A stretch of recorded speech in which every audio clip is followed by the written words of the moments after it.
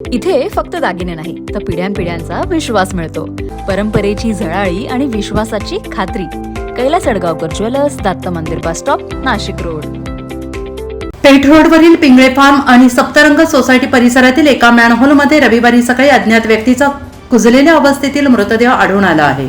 त्यामुळे परिसरात एकच खळबळ उडाली आहे. मॅनहोलमध्ये मृतदेह आढळल्याची माहिती मिळताच म्हसरूळ पोलिसांनी तातडीनं घटनास्थळी धाव घेतली. यानंतर पोलिसांनी मॅनहोलमधून मृतदेह बाहेर काढत पुढील कार्यवाहीसाठी शासकीय रुग्णालयात शवविच्छेदनासाठी मृतदेह पाठवला आहे. मृतदेह मोठ्या प्रमाणावर कुजलेल्या अवस्थेत असून चेहरा विद्रूप झाल्याने मृत व्यक्तीची ओळख पटवण्यात अडचणी येत आहेत.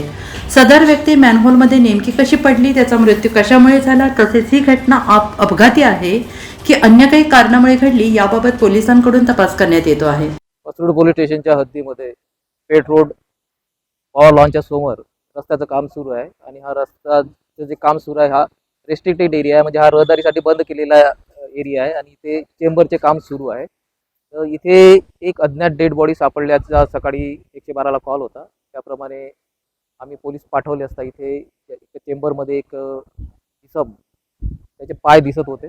आम्ही तात्काळ ॲम्ब्युलन्स आणि इतर लोकांना बोलून सदरची डेड बॉडी बाहेर काढलेली आहे. सदर डेड बॉडीची अजून ओळख पटलेली नाही आहे. ती ओळख आम्ही लवकर पटवण्याचा प्रयत्न करतो आणि सध्याची डेड बॉडी सध्या पीएमसाठी शवविच्छेदनासाठी सिव्हिल हॉस्पिटलला पाठवण्यात आली आहे. या प्रकरणी म्हसरूळ पोलीस ठाण्यात नोंद करण्याची प्रक्रिया सुरू आहे. पुढील तपास पोलीस उपनिरीक्षक शिवाजी अहिरे करत आहेत. NCN news Nashik.